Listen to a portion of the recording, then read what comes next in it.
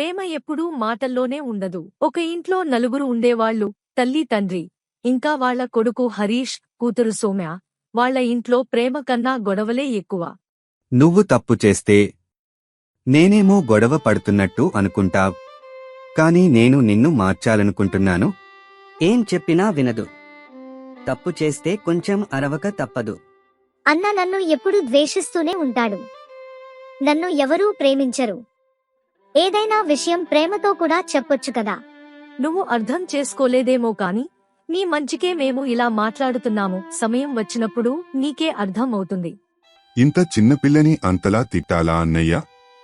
మీరు సౌమ్యని అలా తిట్టకండి ప్రతిదానికి. పాపం బాధపడుతుంది. అమ్మా, నాన్న, అన్నయ్య నన్ను ప్రేమించరా? మరి ప్రేమిస్తే నన్ను ఎందుకు తిడతారు? కొన్నేళ్ల తర్వాత ఆమెకు అర్థమైంది, మనవాళ్ల ప్రేమ మన కంటికి కనిపించకపోయినా ఎప్పుడూ మన వెంట నడిచే నీడలా మనతోనే ఉంటుంది. నేను కష్టాల్లో ఉన్నప్పుడు నాకు తోడు నిలిచింది నా తల్లిదండ్రులు, ఇంకా నా అన్నే. తమ ప్రేమను చెప్పలేదు, చూపించారు. బయటవాళ్లు మంచివాళ్లే, కాని మన తప్పుల్లో కూడా మన అండగా ఉండేవాళ్లు మన కుటుంబమే. తిట్టినా కొట్టినా ప్రేమించేది వాళ్లే. ఇలాంటి కథల కోసం మా ఛానల్ సబ్స్క్రైబ్ చేయండి.